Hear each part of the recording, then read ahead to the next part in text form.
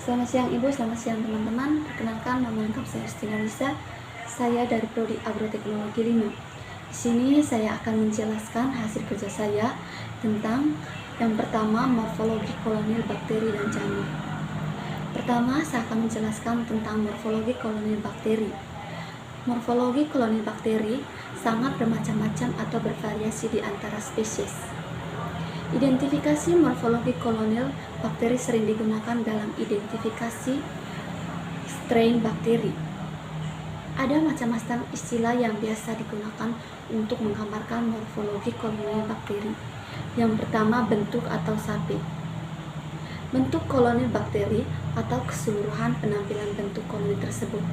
Yang pertama, bentuk umum, termasuk melingkar, bulat, bertepi, bentuk seperti akar atau pertumbuhan menyebar, tidak beraturan atau tidak bertepi, berserabut dan lonjong. Yang kedua, tepi. Tepi kolonil bakteri merupakan karakteristik penting dalam identifikasi bakteri.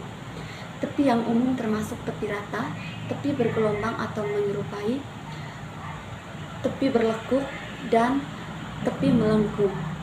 Yang ketiga, ketinggian. Ketinggian pertumbuhan koloni bakteri yang paling umum adalah datar atau ketinggian tidak berukur, nyaris rata dengan medium, terangkat atau ketinggian nyata, namun rata pada seluruh permukaan. Yang keempat, ukuran. Ukuran koloni bakteri merupakan karakteristik yang berguna untuk identifikasi dan dapat diukur. Ukuran yang sering digambarkan sebagai bentuk seperti titik, kecil, sedang, dan besar. Yang kelima, penampilan. Penampilan kolonil merupakan aspek luar permukaan kolonil, sering menggambarkan jika kolonil berkilau atau mengkilap. Yang keenam, properti optik. Ini menggambarkan sifat tak tembus cahaya. Dari kolonil bakteri, kolonil sering terlihat buram atau tidak tembus cahaya. Tembus cahaya atau cahaya menembus secara difusi, dan transparan atau cahaya lewat tanpa gangguan. Yang keenam, tekstur. Tekstur kolonil bakteri merupakan identifikasi konsistensi kolonil bakteri. Kolonil yang kasar memiliki permukaan yang rata dan sering dikaitkan dengan hilangnya virulensi. Kolonil harus memiliki permukaan bulat berkilau. Lalu, yang ketujuh, pigmentasi. Beberapa spesies bakteri menghasilkan pigmen atau warna kolonil yang dapat larut dalam air atau larut dalam lemak. Produksi pigmen dapat bervariasi tergantung pada kondisi lingkungan dan usia kolonil. Yang berikut tentang morfologi kolonil jamur. Morfologi jamur mencakup kamir dan kapang. Yang pertama, saya akan menjelaskan tentang kamir. Kamir adalah sel-sel yang berbentuk bulat atau uniseluler dan dapat bersifat dimorfistik, lonjong atau memanjang, yang berkembang biak dengan membentuk tunas dan membentuk kolonil yang basah atau berlendir. Yang berikut, kapang. Kapang terdiri atas sel-sel memanjang dan bercabang yang disebut hifa. Anyaman hifa yang disebut miselium. Lalu yang berikut, cara perkembangbiakan bakteri dan jamur. Cara perkembangan bakteri dan jamur. Bakteri tidak dapat melakukan pembiakan seksual yang sebenarnya seperti yang terjadi pada makhluk hidup eukariotik, karena bakteri tidak mengalami penyatuan sel kelamin. Lalu dengan cara membela diri pada lingkungan yang tepat atau sesuai. Proses pembelaan diri pada bakteri terjadi secara biner melintang. Pembelaan biner melintang adalah pembelaan yang diawali dengan terbentuknya biner melintang yang memisahkan satu sel bakteri menjadi dua sel anak. Dua sel bakteri ini mempunyai bentuk dan ukuran sama atau identik. Lalu, transformasi. Transformasi adalah pembinaan potongan materi genetik atau DNA dari luar ke sel bakteri penerima. Dalam proses ini tidak terjadi kontak langsung antara bakteri pemberi DNA dan penerima. Lalu, cara konjungsi. Konjungsi adalah penggabungan antara DNA pemberi dari DNA penerima melalui kontak langsung. Yang berikut cara transduksi.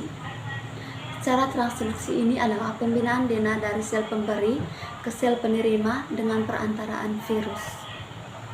Lalu yang berikut cara perkembangbiakan jamur. Jamur dapat berkembang biak dengan cara aksesual dan seksual. Secara seksual, perkembangan secara aksesual dilakukan dengan pembelaan sel atau pigmentasi dan pembentukan spora. Pembentukan spora berfungsi untuk menyebarkan spesies dari jumlah besar. Spora jamur dibedakan menjadi dua, yaitu spora aksesual dan spora seksual. Spora aseksual membela secara mitosis dan spora seksual membela secara meiosis. Contoh spora aksesual adalah zoospora dan endospora dan conidia. Lalu yang berikut secara seksual. Perkembangbiakan secara seksual dilakukan dengan peleburan dua sel inti, yaitu melalui kontak gametin dan konjungsi. Kontak gametagium menyebabkan terjadinya sigami, yaitu penyatuan sel dari dua individu. Proses sigming terdiri dari 3 tahap, yaitu plasmogami, karyogami, dan meiosis.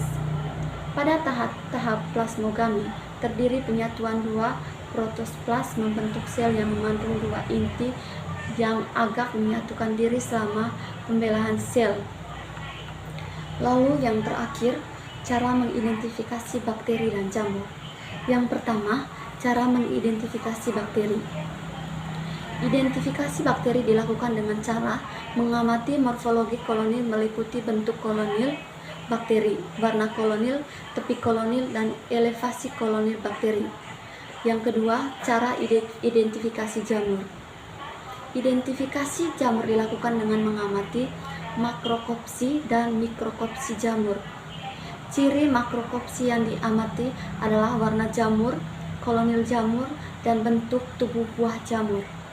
Pengamatan ciri mikrokopsi mencakup hifaspora, sporogium, conidia, dan conidiofor, dan ciri khusus yang akan menentukan jenis jamur tersebut. Itu saja penjelasan dari saya. Jikalau ada kata-kata yang saya dari hati yang paling dalam, saya mohon maaf. Selamat siang Ibu, selamat siang teman-teman. Shalom.